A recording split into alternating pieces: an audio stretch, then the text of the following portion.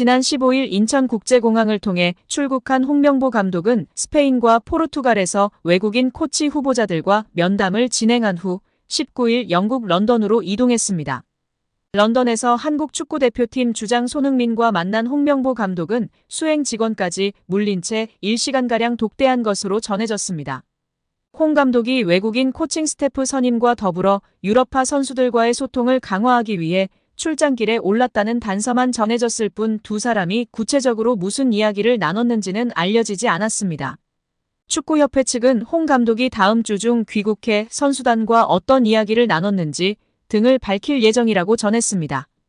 손흥민 면담 다음 날 홍명보 감독은 대표팀 수비의 핵심인 김민재와도 만나 면담한 것으로 확인됐습니다. 이재성, 황인범, 서령우 등 다른 유럽파 국대 선수들과의 만남도 예정돼 있다고도 전했습니다. 이와 관련해 22일 축구 해설가 서형욱은 유튜브 채널을 통해 홍명보 감독과 손흥민이 독대한 이유를 추측하며 화제입니다. 그는 최근 대한축구협회 안팎에서는 대표팀에서 손흥민의 존재감이 너무 큰 것에 대한 경계심이 있다며 뛰어난 선수들이 많아 선수단이 하나로 뭉치기 어려운 분위기라는 인식이 퍼져 있다. 탁구게이트 같은 일의 재발을 막는 게 협회 최대 목표 중 하나라고 말문을 열었습니다.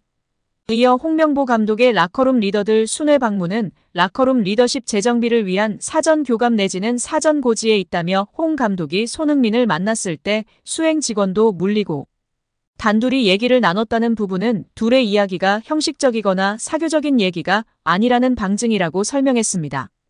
또 사실 이 두 사람은 객관적으로 봤을 때 딱히 가깝지는 않은 사이라며 런던 올림픽 당시 홍명보 감독이 공개적으로 손흥민이 잘하는지 모르겠다고 발언했던 내용 등을 미루어 볼 때 친밀한 사이로 보긴 어렵다.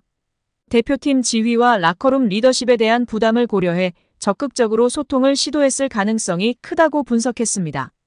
서형욱은 이런 차원에서 축구협회와 홍명보 감독은 라커룸에서 압도적인 영향력을 가지고 있는 손흥민에게서 주장 완장을 떼고 다른 선수에게 완장을 주거나 주장을 순환하거나 집단 리더 체제로 주장 시스템을 바꿀 가능성도 있다며 뜻밖의 추측을 내놨습니다.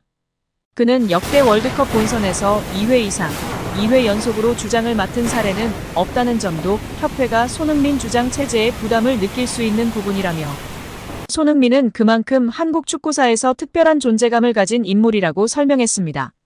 마지막으로 그는 홍 감독의 유럽파 순회 방문은 대표팀 내에서 발생한 문제들을 손흥민의 리더십과 연결짓는 협회 내부의 분위기와 맞닿아 있다. 그게 아니라면 선수들이 특히 바쁜 이 시즌에 곧 유럽파 선수들의 내한 일정이 있음에도 불구하고 유럽까지 먼저 나가서 따로 만난다는 건 쉽게 이해하기 어렵다고 말했습니다. 정몽규 취임 후 보조금은 11년간 3배 늘었습니다. 정부 보조금은 연간 최소 110억 원 수준이며 스포츠토토 등 복표 수익 연간 200억 원이 지원되고 있습니다. 주요국 정부 보조금 없거나 의존도 낮으며 피파 랭킹 20위권 국가들은 70% 이상이 협회장은 전문 경영인이 하고 있고 이외 축구인 등이 하고 있습니다.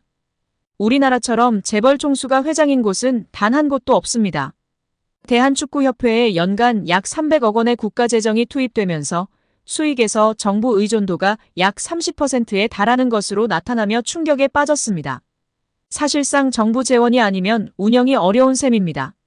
미국과 일본 등 주요국은 국가보조금 의존도가 낮은 가운데 축협의 재정 자립을 촉구하는 목소리가 나오고 있습니다. 18일 한경닷컴이 축협의 손익계산서를 분석한 결과 지난 2013년 이후 보조금과 복표 수익을 제외하면 연 평균 300억 원 적자를 기록하고 있습니다.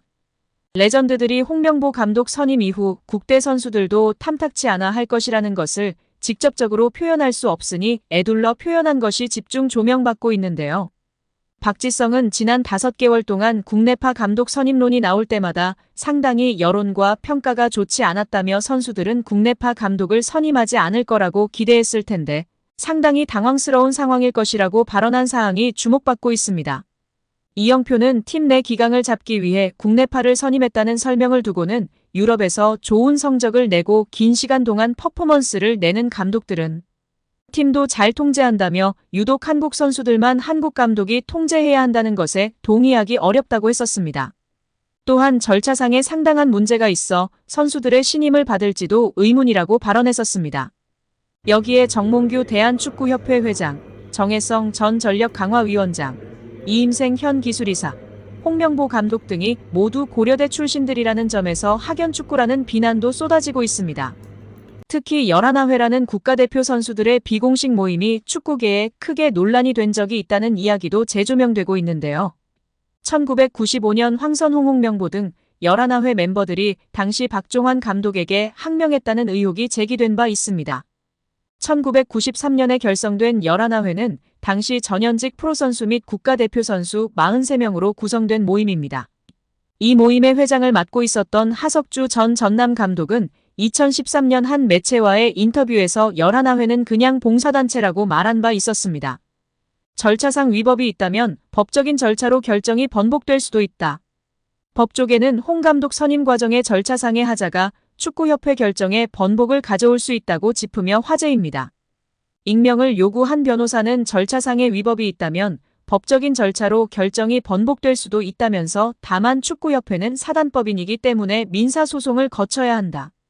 우선 문체부 감사에 따라 장관이 어떠한 권고를 내리는지 지켜봐야 할 것 같다고 밝혔습니다. 그런데 대한축구협회 고위 관계자가 언론 인터뷰에서 정부 개입이 지나치면 월드컵에 못 나갈 수 있다고 언급했고 이 발언에 많은 한국 축구 팬들이 분노하면서 파문이 커지고 있습니다. 지난 2014년 브라질 월드컵의 대참사 이후 홍명보 감독이 곤혹을 치렀었는데요. 홍명보 감독의 땅 구입 논란이 확산되며 파장을 일으켰었습니다. 한 매체는 홍명보 감독은 월드컵을 앞두고 수도권으로 수차례 땅을 보러 다닌 사실이 확인됐다고 보도했었습니다.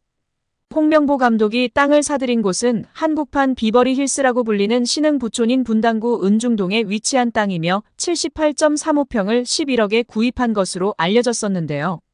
은중동은 한국판 비버리 힐스라 불리는 신흥 부촌으로 특히 서울 강남권과 곧바로 연결되는 경부고속도로를 탈 수 있어 기업인들의 새로운 둥지로 떠올랐던 곳입니다. 이 지역에는 현재 배우 신하균, 권상우, 김보성, 방송인 김영철 등이 거주하고 있으며 한 부동산 관계자는 이미숙, 신혜라, 최민수 등도 집을 알아보러 왔었다고 밝혔었습니다. 은중동 인근 복수의 부동산 중개업소 등에 따르면 홍명보 감독은 이곳의 토지를 사기 위해 4월 초부터 가족들과 함께 수차례 현장을 찾았었다고 알려졌었습니다. 홍 감독은 대표팀 엔트리 발표 약 3주 전인 지난 4월 18일 토지 대금의 11억 원 가운데 10%인 1억 1천만 원으로 계약했고 대표팀 소집과 훈련이 동시에 진행되던 지난 5월 15일에 최종 계약을 한 것으로 전해졌었습니다. 축구계 한 인사는 대개 감독이 큰 대회를 앞두고는 개인적인 부분에 신경 쓸 겨를이 없다. 홍 감독이 토지를 매입했다는 게 사실이라면 적절하지 못한 처신으로 논란이 될 것 같다고 말한 것으로 알려졌었습니다. 또한 축구협회 관계자는 만약 토지 매입 등 움직였다 하더라도 개인적인 문제로서 협회 차원에서는 멘트할 입장이 아니다고 밝히기도 했었습니다. 이에 다시금 홍명보 사태에 축구팬들과 국민들의 분노가 들끓으며 냉담한 반응이 이어지고 있습니다. 우리나라의 수많은 부동산 사기꾼들 뭐하고 있냐? 홍명보한테 집결해라. 억울한 피해자들 만들지 않고 땅명보에게 가서 돈 좀 뜯어내라. 이번에 땅명보는 어디로 땅 보러 다닐까? 돈도 많은 놈이 또 30억 받고 잘났다 정말. 등의 반응을 보이고 있습니다.